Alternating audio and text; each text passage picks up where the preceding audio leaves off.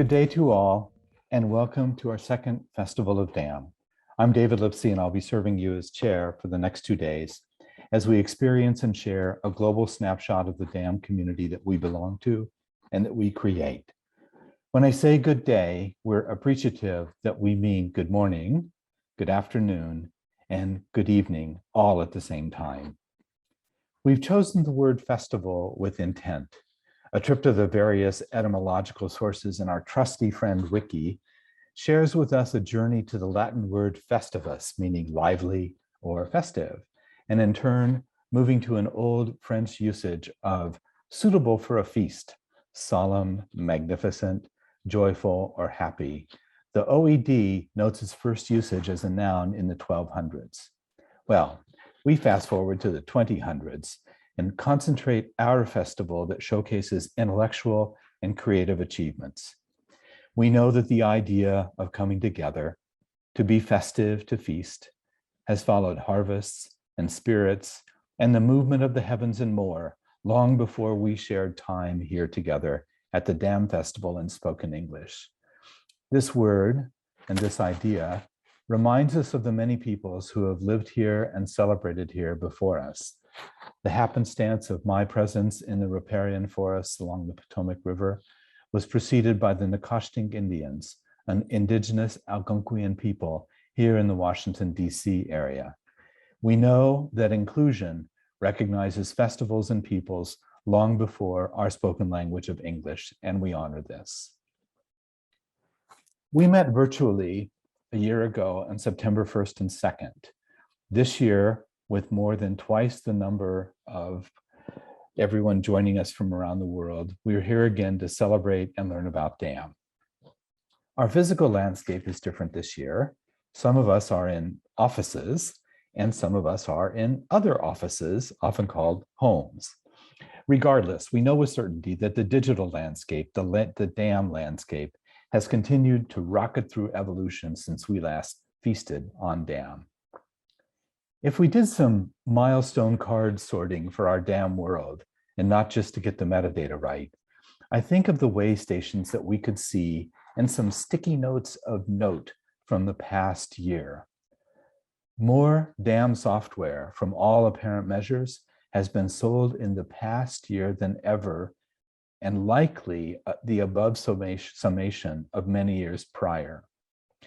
Dam professional opportunities unfold in more and more roles and in every sector: corporate, museum, governmental, and the not-for-profit and service sectors.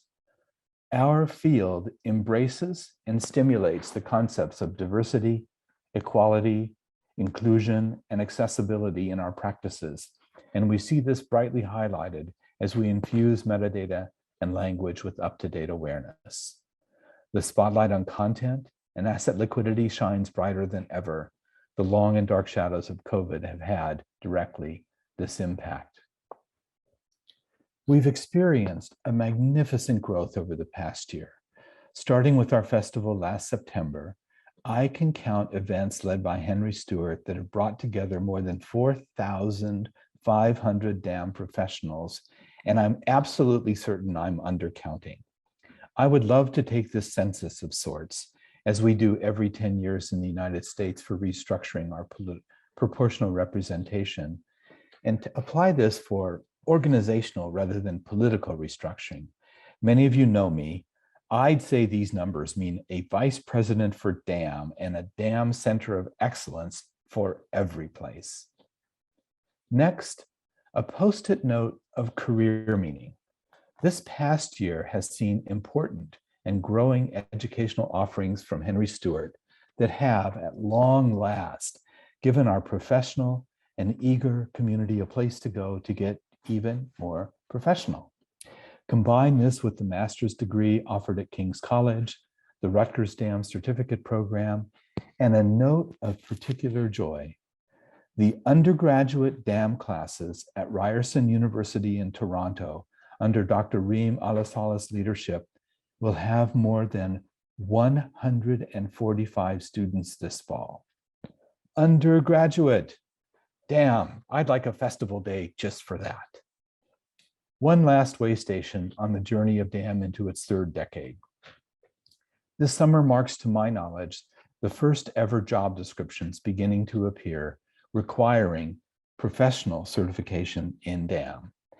That's just wow, and that's just finally. But we have so much more that we can do and that we want to do. I had occasion recently to reread the oft-referenced 2004 Chris Anderson article about the long tail of content. This concept has survived quite a bit of criticism. The phrase is ironically now embedded in SEO constructs.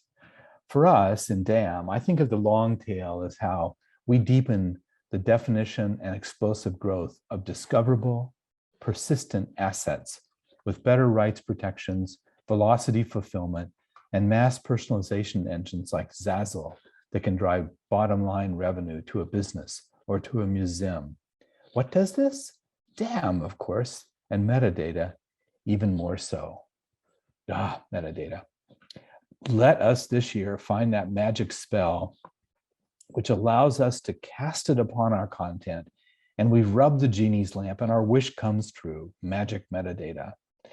Sadly, though, most of the magical thinking still seems to have occurred in the executive offices, where we hear over and over again that damn quote, and I mean the other damn. Didn't we do metadata already? Makes me want to go hide way back in the library stacks to avoid doing something that I shouldn't do. But we know, though, that language is always changing, and we know words matter. Our awareness and responsibility to both important new social context for content and eliminationist words grows. Me Too, BLM, and primitive art flex our insights and our discipline to prove the point. Our need to quickly capture street brand and street talk shorthand, where, for example, high burn fashion trends catch a nickname and we miss the capture, resulting in no returns on the e-commerce site. New and more interesting AI tools come along, some very, very exciting ones. Yet we know we can't just add water and watch metadata magically grow in the asset farm. During our conference, you'll hear from expert practitioners many valuable insights about AI, about metadata, and about making it all work. As we get better and better at this, let's update that old long tail. Let's know that we are not just the tail at the back. We are part of content throughout, from head to toe to tail. With our assets ever better to express themselves, they look for places to go, much more proactively than a long tail slogging somewhere back there. The ideas here, self-expressive and regenerative assets with embedded action statements, are our damn physics. Our universe is expanding. Our content velocity keeps needing new measures. Everything created today has its digital twin, and we manage these. We don't want them in a digital orphanage. We don't want unstable particles in the digital supply chain. We are the ones to lead, and we are the ones to know that the past is not destiny when digital is the central compelling force. This is, a lot of us know, sometimes lacking a bit of glamour, dusting out the digital cobwebs or explaining yet again that no, Google Box is not DAM, and that a hardworking, passionate DAM team of one or two is not Google. Content unbound from its worldly form is tough to explain, but as we hear from our colleagues around the world these next 2 days, we are going to do so. We are better and better at it, and we belong to a community that's passionate about it. We work for businesses defined by profit and loss as a measure, and in remarkable numbers for organizations who measure their vitality by services rendered in mission and mandate, in all cases by how well we serve. As we meet, we thank the unwavering help from all of the Henry Stewart staff, which by any gauge I know is one of the most collaborative teams imaginable to ever work with. As we noted, when nearly 2,000 professionals from 57 countries gathered for our Dam for Museum conference last February, and we'll note and see you all again this February, the doors to the digital museum never close. Tickets, if you will, are sold worldwide. Similarly, the doors to our stores, the doors to ask for services also have no clocks and have no locks. Whether for commerce, for culture, or for a cry of help, our DAM community is vital to see who's knocking at the digital doors. Let's enjoy these 2 days together, and we'll open more doors in your success as professionals in our community together. Welcome to the Festival of DAM 2021. And a few housekeeping notes. Thank you for joining us from across the globe. We thank our sponsors for supporting the event. Please visit them throughout the conference via the exhibition tab to find out more and win some great prizes. For our returning colleagues, you may have noticed the platform has updated a little, so you'll now find the community feed on the right side panel of your screen. Here you can engage with fellow attendees and throughout the event, let people know you're online. Remember to visit the Lounge tab to chat with colleagues and hear more from our speakers in our Meet the Speaker roundtables. During the sessions, we encourage you to chat with fellow attendees and, of course, make the most of our expert lineup by submitting your questions using the Q&A panel on the right side of the screen. You can also use the chat tab to get the conversation going. And if at any point you need assistance from the Henry Stewart team, please use the chat bot, which is on the bottom right side of the screen. They are real, they are not FAQs, and they will help. And last but not least, I'm privileged to say that we can share some exciting news for the DAM and Creative Operations community. Registration has just opened for Henry Stewart's upcoming 2022 in-person events in New York and London. We are delighted for the return of the in-person events with the safety of attendees, speakers, and sponsors our top priority. Save your spot for next year and take advantage of the launch offers, which are only available for a limited time. We're excited to raise a glass, not just to be looking into one. And now, on with the show. Yes, our universe is expanding. Yes, we work in a restless field, one without archaic fieldstone walls and not burdened by centuries of tradition. But with this, we need to sometimes stop and gather for some time to listen to the larger reflection. How appropriate this year and for so many years that we have Theresa Regli to afford us these few minutes together. Theresa, you may know, lives in Greenwich, England. It's the place in the world where time is measured. Theresa's work, her thinking, and her innovative widening the lens of our community and its impacts gives us our frames that we can measure by. Theresa, as always, thank you and welcome. Hi, everyone. Thank you, David. Appreciate that lovely introduction. Just sharing my screen, which hopefully you can all see fine now. And someone will call out if not. So good afternoon, good morning, good evening, depending wherever you are. Thanks for tuning in today. It's, I admit, a bit of a perhaps unexpected surprise that we still haven't met a year later in person, but fortunately we're starting to see each other again, and that's a wonderful thing. And I'm also, to echo what David said, grateful to the team at Henry Stewart Events for running these amazing digital events in the meantime that will also continue along with the in-person events. And I'm really grateful to all of you for being a part of this community and for keeping in such wonderful touch and communication over the last 18 months. 18 months, and I have never used a fake background. So welcome to my home office here in Greenwich. Welcome to my home. And this year, I'd like to talk about recovery. And I think we're all in some form of recovery. And I'd like to talk about how that is relevant to the dam industry. So I'm fortunate to have been a part of this community for a very long time, about 17 years working in dam now. But for those of you I have not yet met, just to briefly run you through my work, I am an independent digital asset management consultant, been out on my own for about 4 years now. And I've long worked in the dam industry as an analyst, a consultant, an implementer, lots of different roles, and even end user of many systems over the years. Most of my work now is helping companies with strategy and stewardship, and also data orchestration. So really getting your metadata aligned so that we can actually integrate and connect our dams to other systems, which of course is the current great frontier of our industry.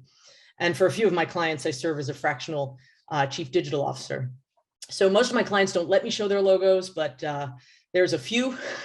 And I, about 5 years ago, wrote a book on dam, which really has me wedded to this industry, perhaps for the rest of my career. I am just wanted to point out teaching a tutorial next week that's a post-conference tutorial. So especially if you're new to dam, or if you are looking to connect dam to the rest of the systems in your enterprise, perhaps part of a larger MarTech team. The tutorial is next Thursday, 9 o'clock Pacific, noon Eastern, or 17 or 5 p.m. BST. Please feel free to ask the Henry Stewart team about that if you'd like to join and learn more. This year, I felt doubly motivated to watch the Olympics. Now, I'm a big sports fan in general. I like to watch sports. And I felt like without a real audience, sadly, that these Olympians needed even more of a virtual one.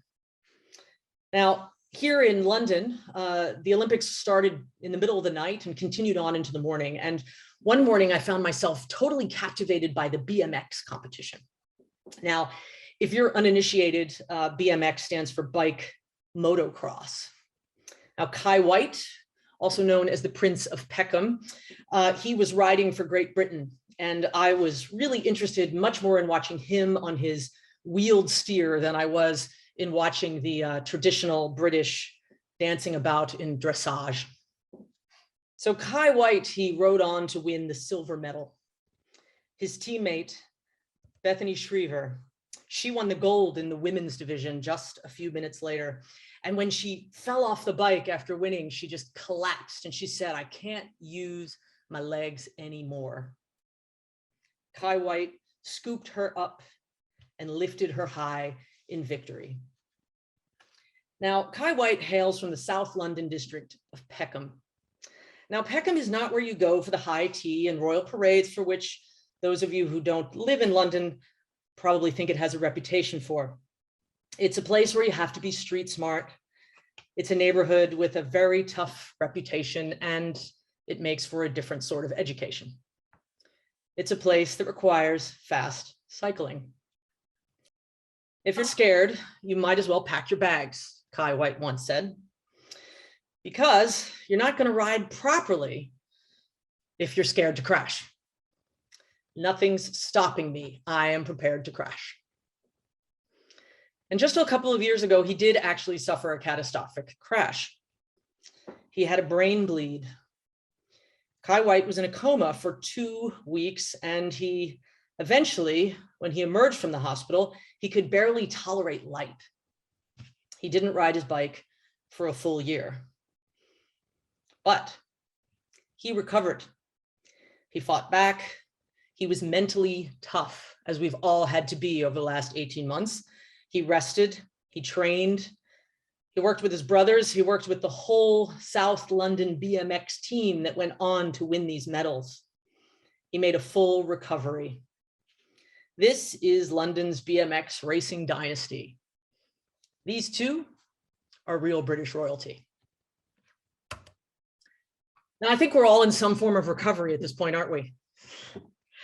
18 months of global trauma, forced isolation, a dearth of hugs, not seeing our loved ones. We all carry our recovery burdens in one way or another. Some are far worse than others. Death, divorce, drugs, and other devastations. As someone once very wisely told me when my father passed away, Theresa, you never really get over it. You just learn to live with it. So when something shakes our very foundations, as the last 18 months has, really for all of us, we need to be very deliberate about recovery. And really, who waxes rhapsodic better about recovery than rock stars? So many of them, sadly, having met a tragic end. Eminem was one who at least lived through a drug addiction to sing about it later, while Amy Winehouse's refusal to go to rehab was a sad and tragic omen. So now it's time. It's time to go back to the office. It's time to plan reunions. It's time to get on planes. I have to say, I got my first opportunity to fly last month. I was like a little kid again. It's time to cross borders and continents and oceans again. But is it possible to do so safely, with surety? Unfortunately, of course it's not. But has it ever really been sure? So I have to say that one of the most interesting and ironic projects that I worked on over the course of the pandemic started right before all the lockdowns happened. And one of my longest running clients that I've worked with for over a decade, I helped them pick their first dam, I've helped them pick their second dam. My main client said, Theresa, I want you to manage risk for the project. And I said, oh, that's a great role. I'm excited to do that. I was working with a great team.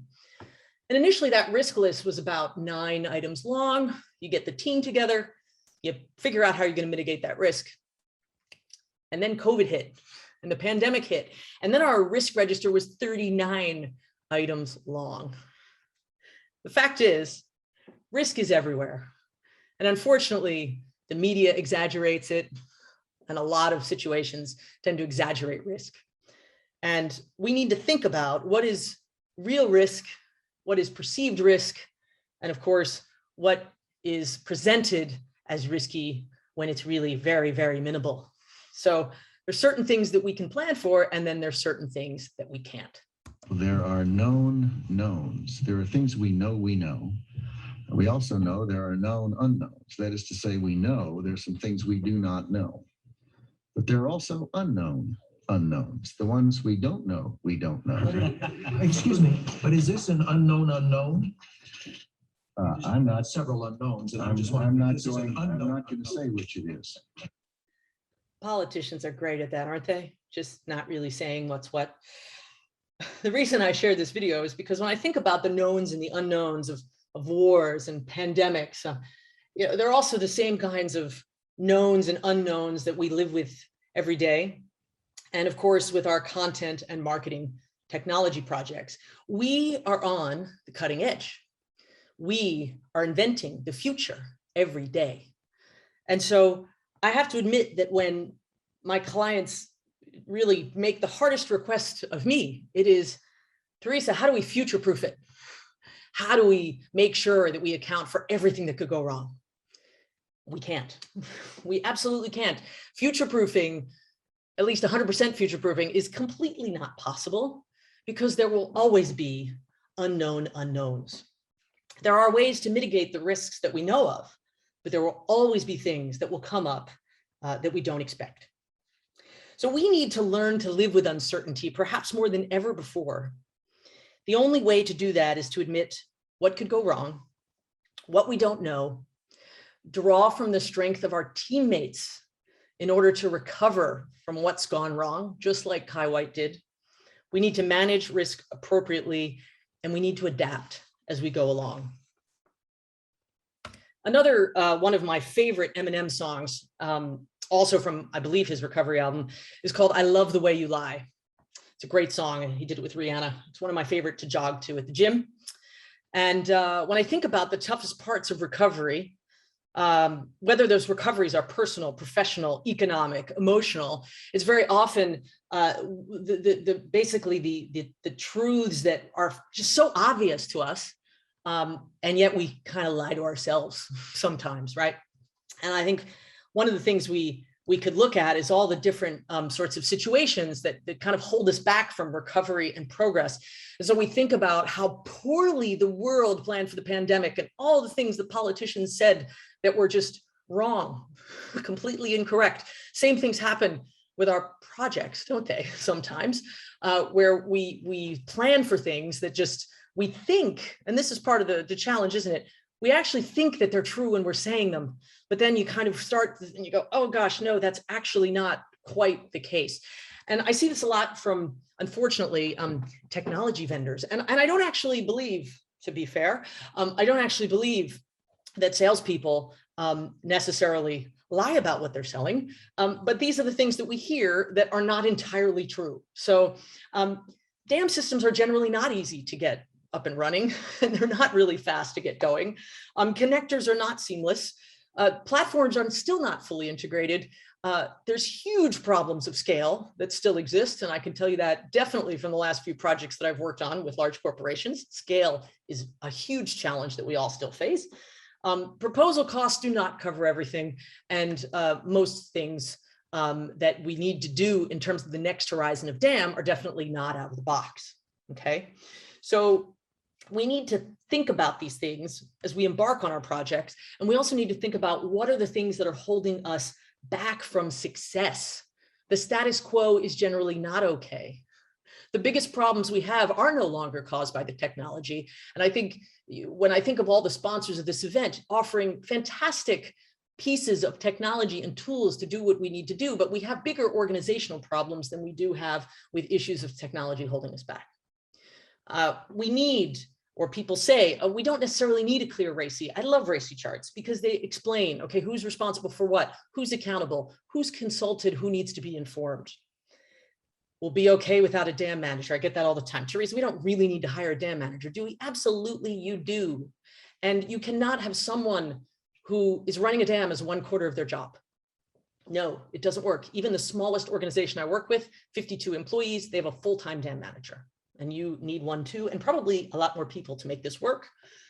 DAM is a one-time cost. We don't need a long-term operational team. This is no longer about CapEx. This is about operational expenses and operational teams who stay with you to keep the metadata going, to keep the system going, to work on the integrations. This is a garden to grow. It is not a one-time moment. People say, well, I need the Ferrari system when a Fiat would be fine. You know what? Buy the system that's half the cost, hire a team, and you'll be better off. And oh, governance. How could we forget? Sometimes we think we don't need those governance meetings because everyone's too busy, but they are so, so vital. We know these things. We know these things. And sometimes in the back of our mind, we know these things, but we're kind of sort of still denying them sometimes in our organizations. I like to think we're getting better, but we're not there yet. And oftentimes when things go wrong, we think back and we say, oh, we knew about that. We knew that was coming, didn't we? Today, the greatest risk of global catastrophe doesn't look like this. Instead, it looks like this. If anything kills over 10 million people in the next few decades, it's most likely to be a highly infectious virus rather than a war. Not missiles, but microbes. Now, part of the reason for this is that we have invested a huge amount in nuclear deterrence, but we've actually invested very little in a system to stop an epidemic. We have invested a great deal in technology and tools, but we have invested very little in the intangibles that make DAM successful. We have invested very little in metadata and staffing and change management and what really lies behind successful DAM programs. So if there's one takeaway from this keynote today, I want to say don't ignore some of these issues because doing so will be at your peril. We need insurance policies. We need to mitigate risks. We need to mitigate viruses. We need vaccines in our organization. And we all need those to help us recover. I think there's few things more empowering then admitting if we've messed something up, something politicians are terrible at, let's face it, and becoming all the better for it. There are a few things that help us build a better and smarter future, or should say there are fewer things that help us build a smarter and better future than knowing what we should have done. And as a side comment, wasn't it nice when CEOs actually invested in things like fighting viruses rather than billion-dollar vanity space projects? Gosh, did I just say that? Sorry. So I'm convinced that Google thinks I'm trying to get over some kind of drug addiction because I've done so much reading about recovery and coming out of difficult situations for this pandemic. And I find that there's some really great guidance that we can all use in order to really get out of our isolation, get back into our offices, and really understand how we can take our DAM to the next level. Because I firmly believe that we can't just do it virtually. I really do believe that. So phases of recovery: pre-contemplation, contemplation, preparation, action, and maintenance. This is from one of these recovery centers where people go when they're trying to get over something. I think with DAM projects and programs, especially programs, I don't even want to call them projects anymore because they should be programs. We need to admit that something needs to be done and something needs to change. And odds are, yes, that's going to cost money and people and time. We need to educate, inform, and demonstrate value on a regular basis. We need to constantly be going through an iterative process of discovery and strategy, plan and prepare to do what's necessary. There should be continuous roadmaps within our DAM programs. And that's, if you're a DAM manager or a DAM project owner, that is what you need to be thinking about on an everyday basis. Then you need to get your program, not just your technology, in place. And then, of course, maintenance. Be sure to budget for the long-term specialized managed services teams, as well as internal teams. Capable DAM and broader marketing technologies are plentiful, as you've seen from all the sponsors and as you'll see over the course of this event. We need to take better responsibility for the lack of investment in governance and accountability. That's what has really, frankly, bit us in the bum over the last decade plus. We're getting better, but we need to keep doing it more. And we need a strategic staffing layer above the implementation silos. And I believe this is what's going to get DAM to the next level. It's not having our silos of implementations, which are very important. You know, if you're on the CRM project, you're on the DAM project, you're on the CMS project, the program is the connective tissue. The future is the connective tissue. And taking our careers, our industry, our technology to the next level is in connecting these systems and having them drive customer experience better. We need corporate vaccines. You know, bad enterprise habits are contagious. There's no cure for natural human tendencies. So think about successful DAM as including risk mitigation and what I call building herd immunity to the bad habits that we have. T cells, you know, I just think vaccines are awesome, right? They're the defense for the unknown assassins. They're the defense for the known unknowns. But they have to be primed to look for these likely attackers. So I recommend a classic SWOT, you know, strengths, weaknesses, opportunities, and threats. Know your weaknesses and threats in advance. This becomes a risk matrix. This becomes a constant living way to look at what you can improve. Have a mitigation plan. Have an adaptive immune response. You know, this is basically your T cells. Antibodies are awesome. They're the antidote for the known attackers. So if you have the known knowns, you know that you can avoid making the mistakes of the past. Herd immunity. We're getting there slowly, but hopefully surely. So what do I consider the best vaccines for a successful DAM program when those bad habits creep in, when people say they don't want to do this, or they don't want to do that, or adoption is waning? What do you need? So I've mentioned some of these things already. These are my top 9 corporate vaccines. Awareness, just making people aware of what's going on. What is the DAM program for? What is it driving for the business? Education, change management. I'm going to talk a little bit more about that in a second. Consistent and effective governance, communications plans.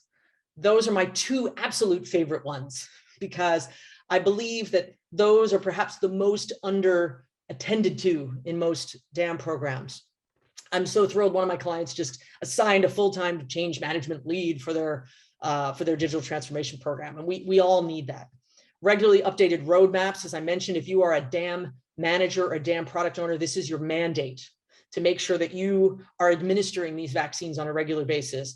Detailed integration plans, beyond the one slide with the boxes and arrows, we need to know what data lives where, and in terms of its authoritative version, how does it get to where it's going? How does the data connect and flow?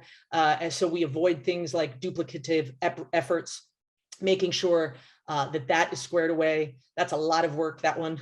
A vision for the future with full buy-in just across the organization, a fully staffed program. As I mentioned, it's not a one-time project, it's a program. So when bad tendencies creep back in, these are the vaccines that fight the viruses, and they win. If you're doing it right, they win. So I've taken this slide from a great company that I work with and a lot of different organizations. We share a lot of mutual clients, big brands. And this is from ICP, also one of the sponsors of this event. And they have this great sort of methodology for change management. And I am not a change management consultant, so I always look to ICP for this sort of thing.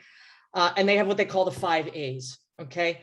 And I really like these 5 A's. It's about aligning the different groups, aligning leadership, aligning resources, then acting, making sure you have the right technology, the project team, and the change management plan in place.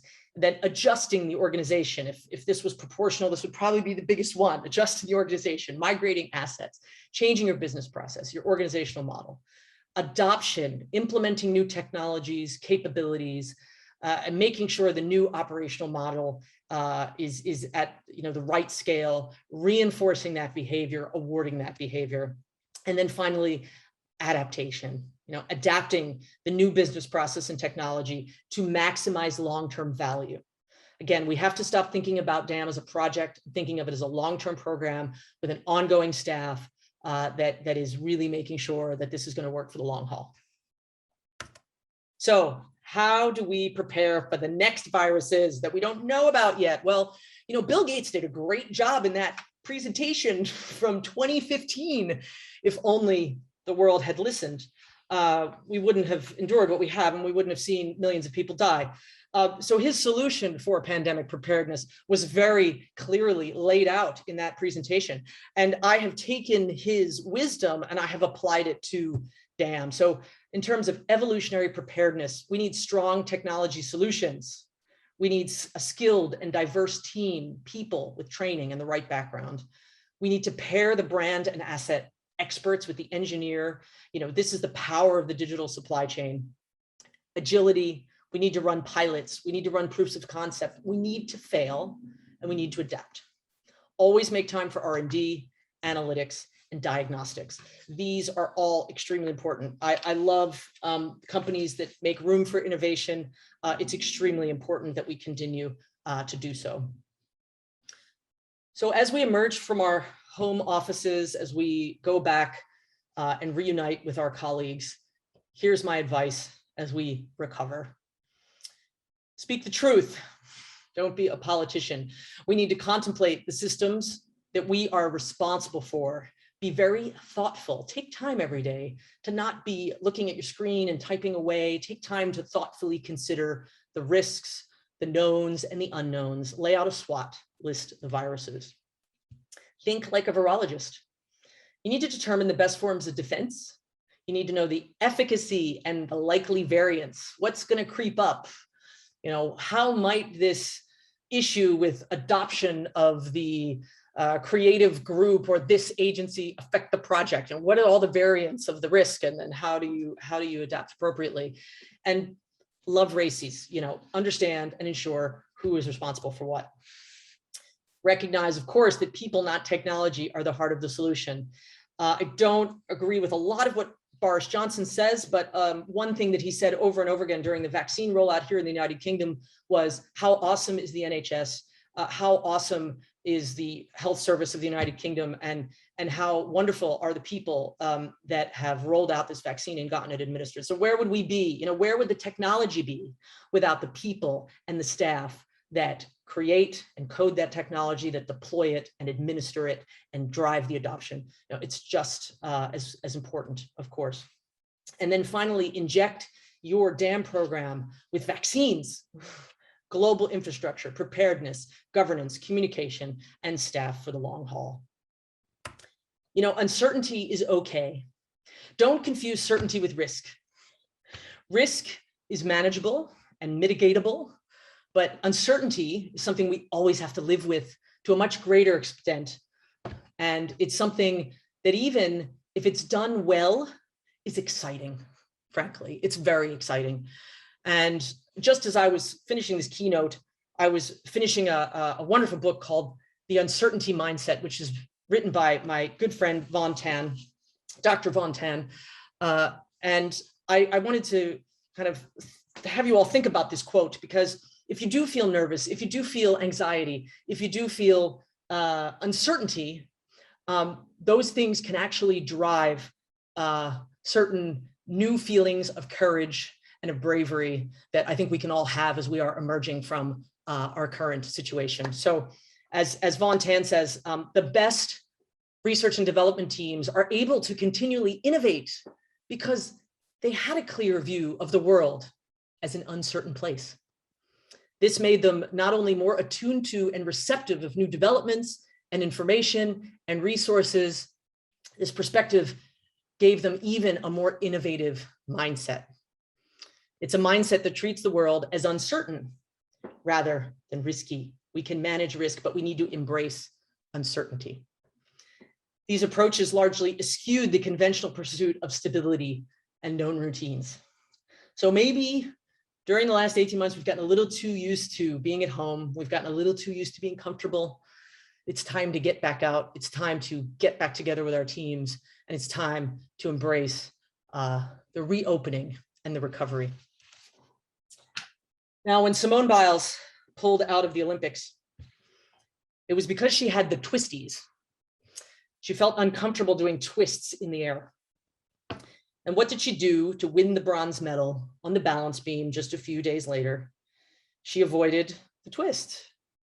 She mitigated the risk. She adapted, she prepared, and she embraced the uncertainty of getting back on the beam.